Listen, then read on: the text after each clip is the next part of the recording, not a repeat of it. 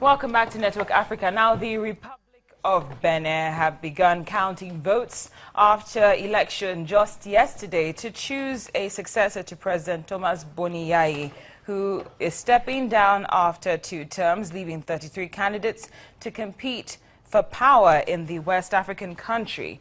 Leading the field is Prime Minister Lionel Zinsou, a former economist and investment banker backed by both Boniyayi and the main opposition, that's Democratic Renewal Party.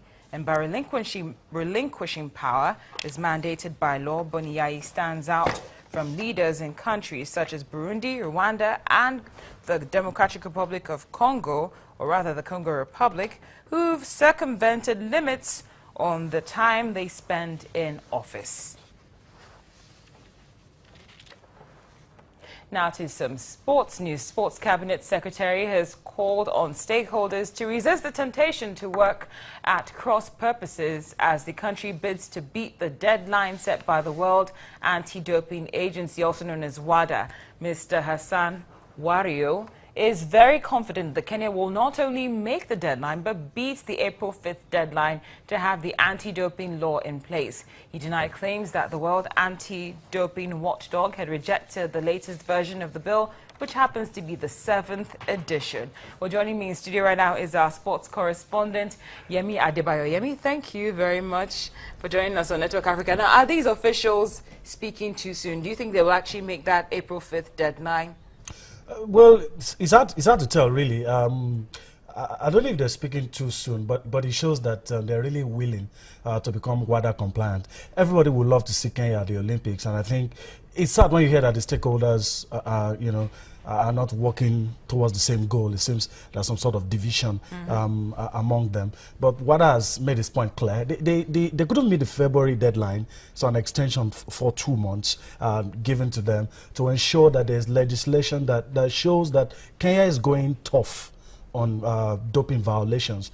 And there are people who believe that the country itself and some leaders that have been out of office were very comfortable with all of the things that happened in the past. And now WADA wants a tough stance against doping. It's possible. It's possible. Okay. But we'll have to wait till April 5. Okay, I agree. But, I mean, what measures are we seeing on our part, for instance, in Nigeria, being taken based on what we've seen unfold in Kenya, as in order to avoid doping, in order to put a clamp down on the act? Of course, the only thing you can do is always monitor the athlete, and we've always done that on our part.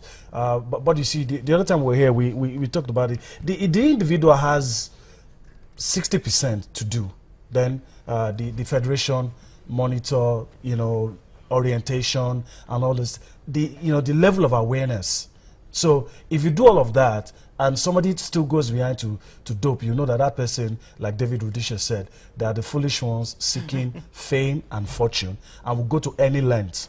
But unfortunately, all of this has, brought the spotlight on Africa. We hear that Ethiopia, 9 of their athletes, names withheld though, 9 of their athletes are under suspicion as we speak. 3 have already been banned. So you could understand all of this is have ripple effect. Whether or not Kenya will be at the Olympics, we'll have to wait till April 5, and that's serious if you ask me. Well, ripple effects, I mean, in literally 10 seconds. What kind of ripple effects are we going to see in Rio 2016? It will be shocking if Kenya doesn't go. We hear that Ethiopia is already on the watch list as well. I know Nigeria is not on that list, though. Okay, good. Good. That's very good. But I hope all of these things are sorted. Well, thank you so much, Yemi Adebayo, our sports correspondent. We hope everything goes well with Kenya and Nigeria come Rio 2016. That's it on Network Africa. Many thanks for watching.